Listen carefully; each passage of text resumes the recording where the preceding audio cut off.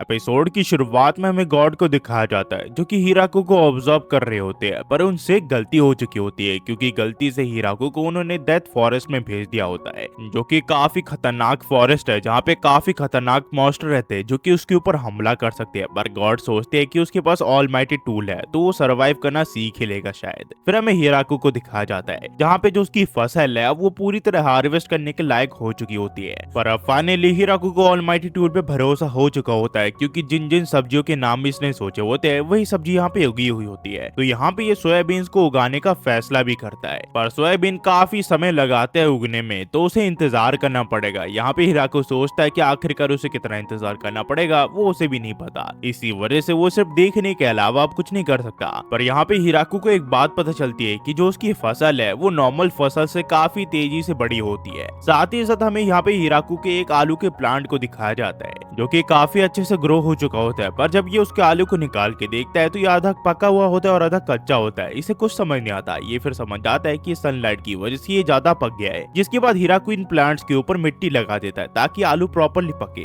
दरअसल हिराको ने कभी भी फार्मिंग नहीं की तो उसे इसके बारे में ज्यादा कुछ नहीं पता, पर वो धीरे धीरे इस चीज के बारे में सीख रहा है। साथ ही साथ हम देखते हैं यहाँ पे हिराको ने गॉड्स के लिए स्टैचू भी बना दी होती है। ये फिर हमें बताता है कि इसे यहाँ पे रहते हुए काफी समय बीत चुका है पर खाना ये नॉर्मली खा रहा है। अब तक इसने सॉल्ट का इजाद नहीं किया है, काश इसके पास सॉल्ट होता तो ये अच्छे से खाना खा पाता। डॉग्स यहाँ पे मीट इसलिए खा पा रहे होते हैं क्योंकि उसका जो ब्लड है उसने ये पूरी तरह निकाल दिया होता है, इसी वजह से उसकी मीट का जो स्मेल है वो जा चुका होता है। हिराको फिर यहाँ पे कुछ फ्रूट्स की ट्री का यहाँ प्लांट लगाने का फैसला करता है। उसे पता है इसमें काफी ज्यादा समय लगेगा पर वो कुछ नहीं कर सकता इंतजार के अलावा। ये फिर कुरो के साथ थोड़ा समय बिताता है और हमें उसके बारे में बताता है कि वो कितना ज्यादा समझदार है। साथ ही साथ उसने कुछ दिन पहले यहाँ पे एक रिवर को भी ढूंढ निकाला है जिससे यह पानी को अपने विलेज के वहाँ पे डायरेक्ट ले जा सकता है। और ये करने के लिए यहाँ पे एक रास्ता बनाने का फैसला करता है रिवर से ले तक इसके विलेज तक, ताकि ये प्रॉपरली पानी वहाँ तक पहुँचा सके। इसी के लिए यहाँ पे एक बाथरूम भी बनाता है ताकि ये आराम से यहाँ पे हल्का भी हो सके।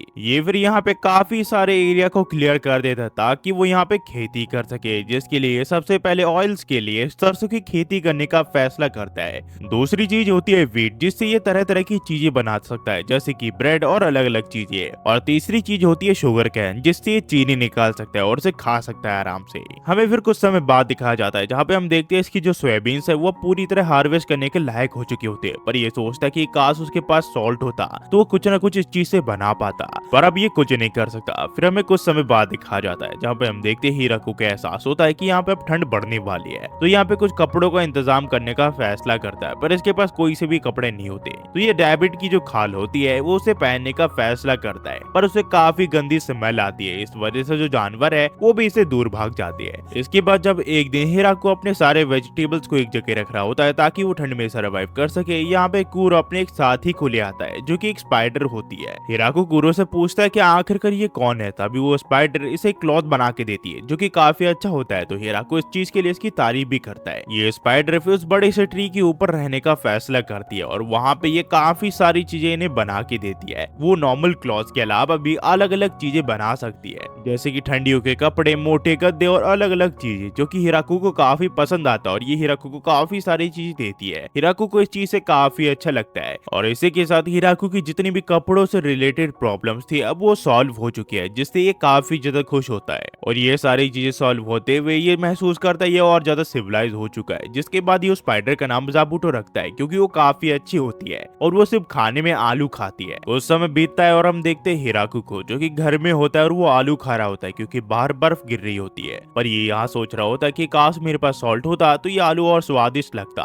पर ये सोच रहा होता है कि आखिरकार इसे यहाँ पे कितना समय बीत चुका है किसी से बात करे हुए, पर इसे यहाँ पे रहते हुए काफी समय बीत जाते हैं और हम देखते हैं स्प्रिंग का टाइम आ जाता है। तो हिराको यहाँ पे बाहर खाना बनाने लग जाता है और उसे खाने लग जाता है। पर ये देखता है जो कुरो के बच्चे होते हैं वो बड़े हो चुके होते हैं, इसी वजह से वो एक दिन जंगल की तरफ बढ़ जाते हैं और काफी दिनों तक वापस नहीं आते। हिराको को लगता है कि वो सब इसे छोड़ के चले गए हैं, इसी वजह से इसे काफी अकेला फील हो रहा होता है। पर कुछ दिन के बाद वो सब यहाँ पे फीमेल वुल्फ के साथ आए होते हैं, यानी कि वो जंगल में अपने पार्टनर को खोजने के लिए गए थे। साथ ही साथ जबूतों के भी यहाँ पे बच्चे होते हैं जो कि काफी ज्यादा होते हैं। पर यहाँ पे हिराको सोचता है कि सभी की फैमिली बड़ी हो चुकी है पर इसकी नहीं, तो इस वजह से ये थोड़ा जेलस भी होता है। पर ये सोचता है इसके पास और ज्यादा मुंह है खिलाने के लिए, तो इसे और ज्यादा मेहनत करनी पड़ेगी। तभी यहाँ पे जबूते एक लकड़ी के हिस्से को बजा के बताता है कि कोई इन्हीं की तरफ बढ़ रहा है। तो ये सोचता है कि आखिरकार कौन इनकी तरफ बढ़ रहा होगा। हिराको फिर जंगल में जाके देखता है जहाँ पे कोरो और उसके साथियों ने उस इंसान को पकड़ रखा होता है जो कि इनके बेस की तरफ बढ़ रहा होता है, और ये एक लड़की होती है और ये काफी छोटी होती है। इसे देख के यहाँ पे ये सोचता है कि आखिरकार ये लड़की इस जंगल में क्या कर रही है, ये तो काफी छोटी लग रही है। ये फिर जब इसे देखता है तो इसे ठीक से बात नहीं कर रही होती है, जिसके बाद ये लड़की इसे कहती है क्या तुम वैसे ही देखते रहोगे, कम से कम मेरी मदद तो करो। हिराको इस चीज के लिए इस लड़की से माफी मांगता है, जिसके बाद वो अपनी टी शर्ट उतार के इसे दे देता है ताकि वो अपने आप को कवर कर सके। पर तभी ये लड़की इसके गले में काट लेती है। हिराको सोचता है कि आखिरकार ये कर क्या रही है, जिसके बाद ये लड़की कहती है कि तुम्हारा शुक्रिया मुझे बचाने के लिए। ये फिर अपना नाम लूसी बताती है, पर तभी कुरो इसके ऊपर हमला कर देता है और वो उसके साथ ही इसे बहुत बुरी तरह मारते हैं, जिसके बाद ये दोबारा से छोटी हो जाती है। हिराको फिर लू से पूछता है कि कहीं तुम मेरी एनिमी तो नहीं हो। तो लू कहती है कि आखिरकार तुम ऐसा कैसे सोच सकती हो, मैं तुमसे पहली बार मिली हूँ, आखिरकार मैं तुम्हारी एनिमी कैसे हो सकती हूँ। तो ये इससे पूछता है कि आखिरकार तुमने फिर मेरा ब्लड क्यों सक किया। तो यहाँ पे लू इसे बताती है कि दरअसल ये एक वैम्पायर है और इसे रिकवरी के लिए ब्लड चाहिए, इसी वजह से उसने इसका ब्लड सक किया। और इसने कुरो और उसके साथियों के ऊपर पहले हमला किया था क्योंकि वो इनके ऊपर रिसर्च करना चाहती थी। ये देख के यहाँ पे हिराको को इसके लिए बुरा लगता है, तो ये इसे कहता है कि तुम चाहो तो मेरा ब्लड सक कर सकती हो ताकि तुम रिकवर कर पाओ। तो यहाँ पे लू इसके लिए इसका शुक्रिया करती है, जिसके बाद थोड़ा सक करने के बाद वो नॉर्मल हो जाती है, पर वो पूरी तरह बड़ी नहीं होती है। तो यहाँ पे हिराको इसे कहता है कि तुम्हें चिंता करने की कोई जरूरत नहीं है, तुम जितना चाहो उतना ब्लड ले सकती हो। और लू ऐसे ही करती है, वो इसका थोड़ा बहुत और ब्लड पी जाती है और वो ठीक हो जाती है। ये फिर हिराको को कहती है उसे बिल्कुल भी विश्वास नहीं हो रहा कि जंगल के अंदर एक ऐसी भी जगह हो सकती है। जिसके बाद ये इसे कहते हैं कि वो लाल जैसे फ्रूट जैसे क्या है। यहाँ पे इसे बताता है कि दरअसल वो टमाटर है और वो उसे ट्राई करने के लिए भी कहता है, और ये खाने के बाद इसे काफी अच्छा लगता है। हिराको फिर इसे अपना पूरा खेत दिखाता है जहाँ पे इसने अलग अलग सब्जियां उगाई हुई होती है, जैसे कि फ्रूट, फल और अलग अलग और भी चीजें, जहाँ पे ये इसे काफी इंजॉय करते हैं। लो फिर इसे बताते हैं कि दरअसल वो एक रिसर्चिस्ट है और वो मेडिकल प्लांट्स पे आजकल रिसर्च कर रही है, और साथ ही साथ वो एक नॉबल के साथ लड़ाई में फंस गई थी, इसी वजह से वो आजकल छुप के रह रही है क्योंकि वो नॉबल इसे पकड़ना चाहता है। दरअसल उस नॉबल ने इसकी जो रिसर्च है उसे चुराने की कोशिश की थी, इसी वजह से उन दोनों के बीच में लड़ाई हो गई थी, और इसने ये बेहतर समझा कि छुप के रहेगी तो बेटर रहेगा। जिसके बाद ये इसे पूछती है कि आखिरकार तुम उस टाइम किस तरह का मैजिक यूज कर रहे थे। हिराको इसे कहता है कि लगता है तुम ऑल माइटी टूल की बात कर रही हो, वो काफी ताकतवर वेपन है, उससे मैं काफी सारी चीजें करता हूँ। ये इसे कहती है कि क्या तुम यहीं पे रहने वाले हो। ये कहता है कि हाँ।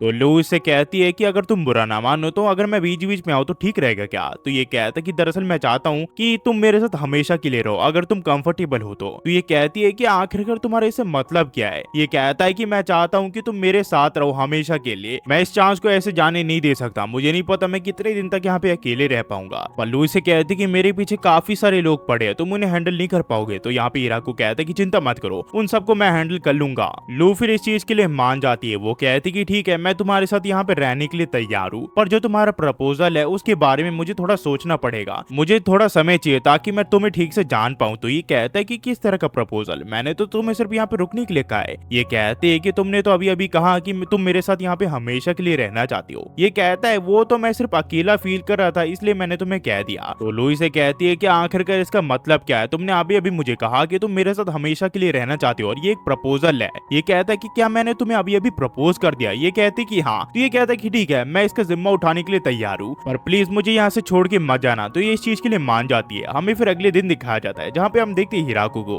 जो कि अपने खेत को जोत रहा होता है। तब यहाँ पे लू आ जाती है जो कि इसे कहती है कि आखिरकार अब तुम क्या करने वाले हो। ये इसे कहता है कि मैं यहाँ पे स्वीट पोटैटो उगाने वाला हूँ जो कि काफी स्वादिष्ट होते हैं खाने में। लू फिर इसे पूछती है कि दरअसल मैं तुमसे कुछ पूछना चाहती थी, क्या हम यहाँ पे मेडिकल हब्स को उगा सकते हैं। ये कहता है कि हाँ मैं ट्राई करके देख सकता हूँ, शायद यहाँ पे मेडिकल हब उग जाए। तो लू इसे कहती है इसका मतलब हमें जंगल में मेडिकल हब्स को इकट्ठा करने के लिए जाना पड़ेगा, पर ये कहता है कि उसकी कोई जरूरत नहीं है। और यहाँ से जो कहानी है वो टू बी कंटिन्यू हो जाती है। अगर आप यहाँ तक देख रहे हो तो प्लीज लाइक, सब्सक्राइब और कमेंट करना मत भूलना। हम ऐसी वीडियो बनाते रहते हैं। होपफुली आपको वीडियो पसंद आई तो लाइक कर देना, सब्सक्राइब कर देना। अगर आप हमारे चैनल पे नए हो तो पुरानी वीडियोस को विजिट करना मत भूलना, वो काफी बढ़िया वीडियोस है, आप उन्हें देखोगे तो आपको मजा आएगा। खास करके जो पॉपुलर है उन्हें देखिएगा, वो काफी मजेदार है। जिसके बाद अगर आपको पसंद आए चैनल तो सब्सक्राइब कर देना, लाइक भी कर देना और कमेंट भी कर देना। बचाते हुए इतना कहूंगा, thanks for watching. Next video में मिलता है। होपफुली आपको वीडियो पसंद आई, और पसंद आई तो प्लीज लाइक कर देना, सब्सक्राइब कर देना। और thanks for watching guys, next video मिलता है। Thanks for watching.